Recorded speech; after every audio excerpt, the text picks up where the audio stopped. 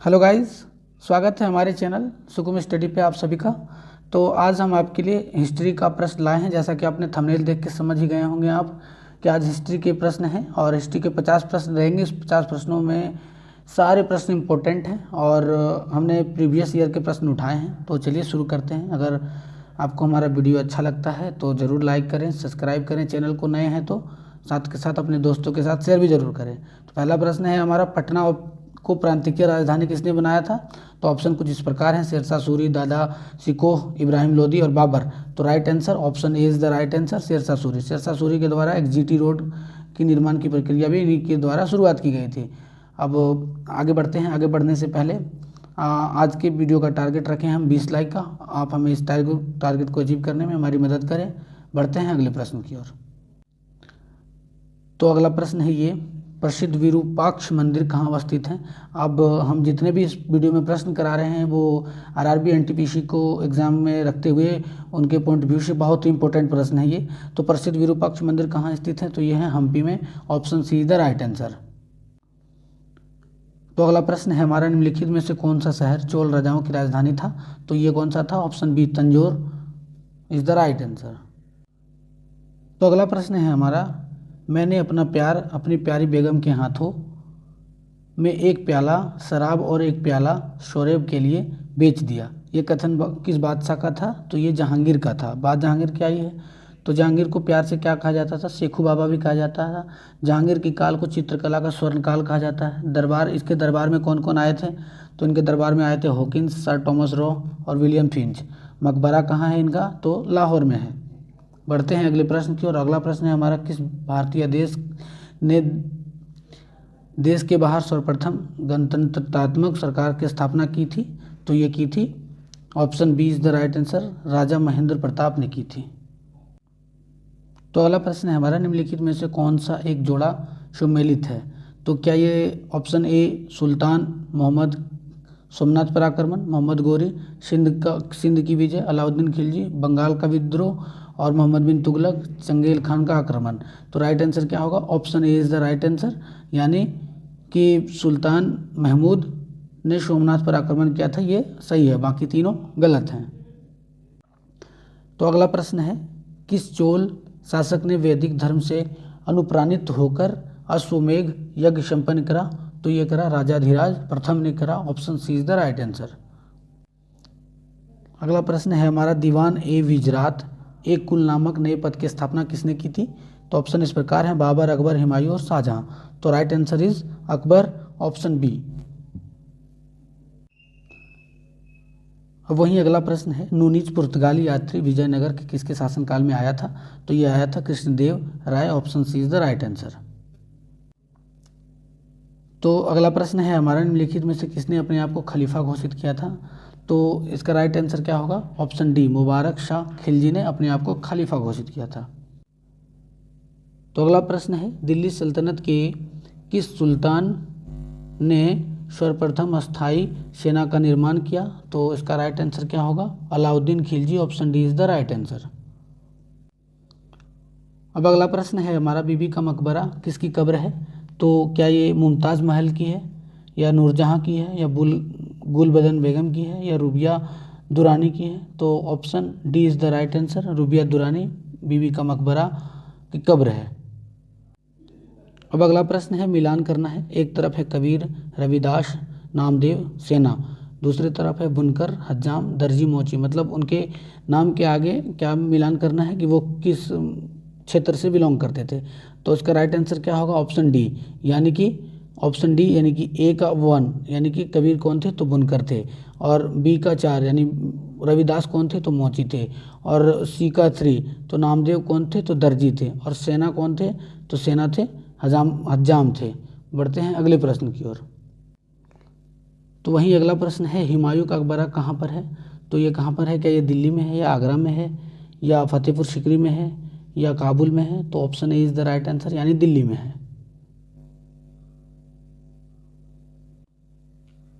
अब अगला प्रश्न फिर मिलान करने वाली है। एक तरफ हल्दी घाटी, पानीपत, बक्सर, प्लासी है और दूसरी तरफ वो युद्ध कहाँ पे हुआ था, वो है राजस्थान, हरियाणा, बिहार, पश्चिम बंगाल। तो इसका राइट आंसर क्या होगा? Option A is the right answer, यानी हल्दी घाटी का युद्ध राजस्थान में हुआ था और वहीं पानीपत का युद्ध हरियाणा में हुआ था। बक्सर का युद्ध कहाँ पे हुआ था? तो बिहार में हुआ था। और प्लासी की युद्ध कहाँ पे हुई थी? तो पश्चिम बंगाल में हुई थी।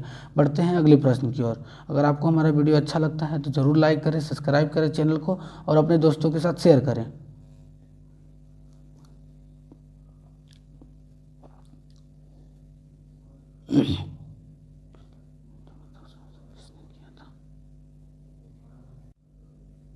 तो वहीं अगला प्रश्न है हमारा, सबसे लंबे समय तक शासन किसने किया था?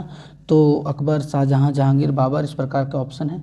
तो right answer is option A, Akbar ने सबसे ज़्यादा समय तक शासन किया था।